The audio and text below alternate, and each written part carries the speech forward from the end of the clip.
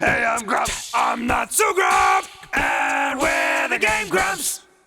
Hey, welcome back. Hola. The number one thing I had was aquariums, I see. I guess. Second in snacks, third in stationery. That's kind of my life right there. Those are my top three favorite things. Aquarium, snacks, and stationery. Yeah, stationery being a distant third. Yeah. In fact, I might actually put snacks ahead of the aquarium. In fact, I might have to put, like, probably thousands of topics before stationery. Yeah, it actually might be like snacks 1, 2, and 3. Yeah, but if you salty snacks number 1. Yeah. Sweet snacks number 2. Yep. And bitter snacks number 3. That guy looks like Barry's brother. That guy looks like Barry's brother! It does, doesn't it? His fucking trainer. I don't Go back! What? I can't go back. Okay, Kevin, is it okay if we put up a picture of Alex? I guess. Yeah, Alex, put a picture of, Kevin. Damn it, Kevin. Alex, Kevin, call Alex to put a picture of Alex, you. put a Kevin of Barry's Kevin up on the Alex.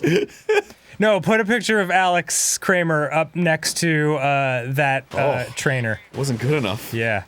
Dude, the king of all cosmos, he won, and then he fucking threw his shit That's out the window. granddad of all Cosmo. Yeah, oh, yeah. The king of all cosmos did the competition. My guinea pig. This is very sad. This is super sad. It's sort of like watching the deck chairs being arranged on the Titanic. Aw. Did they do that? It's just an expression. Oh, gotcha. It's like no matter what you do, it's fruitless. I never saw Is Titanic. always gonna sink. What do you mean you didn't see? It doesn't matter. You know what happened to the Titanic, right? I'm unsure. Is that the one about where Tom Hanks plays a mentally challenged man? I believe that was it. Is that Radio? No, that was Forrest Gump. I'm sorry. Forrest Gump. The fuck didn't I? The hell? I was thinking of Captain Phillips. Is that the one where he's a castaway? Oh, you mean Captain Phillips? What's the one where he's big? Yeah, Castaway. I told you. What's the one where he's called Forrest Gump? That's a great film if you've ever never seen it. Forrest Gump? Forrest Gump. It's very powerful. It's a powerful movie. Although the CG on the old footage is very bad. Is it? This is really bad. It was 1994, so I remember it being not distractingly bad at the time. Why do you know years? I think it's partially because I think it's partially because of obsessive compulsive disorder from when I was younger. Oh. I remember like what year everything happened, and like just because numbers were like very important at the time. Gotcha. Yeah, but it's weird. I could tell you almost any like classic rock album, what year it came out, and such. Go ahead, name one. Do Pink Floyd or Led Zeppelin or Rush? How about 38 Special, the album that With Hold On Loosely? Yeah. Let me check my computer brain real quick. Almost got it. Oh, sorry. Hold on, I gotta look it up on you. I'm just thinking about it. The verse of my brain. How do you spell loosely? 1980, right? Oh man. Okay. Totally got it. Wow, that was 1980? Yeah. I thought that was like mid-80s. No, like the 38 Special was like 70s, like Southern rock. I never knew there'd come a day. That's good advice too, that song. Really? Hold on loosely, but don't let go. If you cling too tightly, you're gonna lose control. It's all about like loving someone and just like letting it breathe and being cool about it instead of like being like, I love you, I'm gonna smother the shit out of you. Yeah. You know? Yeah, it is good advice. It's good advice. Boy, you've got a lot of flowers in one dude. I'm beautiful, except for that part. I wish I could Oh God! Wish I could kick it off like a gross piece of toilet paper. He wishes he could kick off too. Look at those little legs going. I'm a kicker. Yeah, I'm a kicker. He's almost got the jiggling fever. Don't tell my family. Don't tell my family that I'm a kicker. I'm trying to get flowers. I'm just trying to beautify myself, dude. Hold on loosely. Don't let go.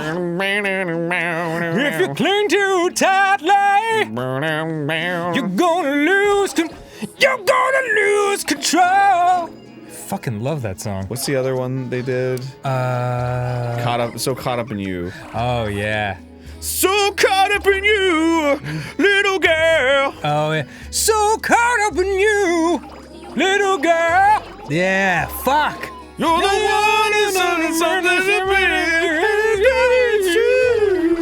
You're the one. So call me, baby, call me. So that whole song is about being clingy. Yeah. He must have been going through some shit at the time with a lovely lady. I like the breakdown where he's like, and if ever comes a day where you should turn and walk away, oh no. What a fucking awesome band. Yeah, well, I'm sure they got a lot of. Whoa, are those clams? Oh, they're Venus flytraps. Yeah, oh my god. Thank God they don't actually move like that. Jesus That would be Christ, terrifying. dude. It's a fucking symphony of chomps. Yeah, they must have gotten a lot of grade A 70s lovin'. Dude, I love 70s lovin'. bands, I man. was born in 1987. Oh, that's right. Well, then you were of the 80s lovin', which was equally like fucking. I was watching the Def Leppard Behind the Music documentary because that is absolutely what I do with my free time. Yeah. And they were talking about the tour they did for Hysteria, their most famous album, and there was a part like they had a. It's like fucking American Psycho for a second. What? Hysteria, their most accomplished album. Yeah. The perfect melding of artistic and commercial success. Yeah, it's an amazing album. I love that album. And like, so their stage was like this circle, and it had like an underground part where they could go underneath and like hang out and drink and do drugs and all that shit. And Awesome. yeah, and so there was a part of the show where the lead singer and the drummer would stay on stage, and the lead singer would get the crowd pumped up, and the two guitarists and the bassist would go underneath the stage where there were anywhere between 50 and 60 naked women, and there would just be like a crazy orgy of drugs and sex, and then they'd come out and play the rest of the show. What the fuck, man? Oh God, it's awesome! That's ridiculous. It's so cool. I don't think I made it. What, as a rock star? I think you did. No, I mean as a Katamari star. Oh, right. As a real star that I'm creating. God, I am all about consensual orgies in a consequence-free environment. Woo! In not only consequence-free, but like everybody's cheering you on. Yeah. Like right when you come out. Right when you come out, like 80,000 Like, people woo! are There he is! fucking You're the best! And it's like, yeah, I'm the fucking best! fucking Def Leppard, and then you just play Armageddon. It's super fucking loud, and you and then in the case of the guitarist, you're dead in 2 years. But ignore that part. Yeah, Ignore I that kind of part. wonder, like, that kind of rush, you know? And then, like, a year later, like, what do you do with yourself?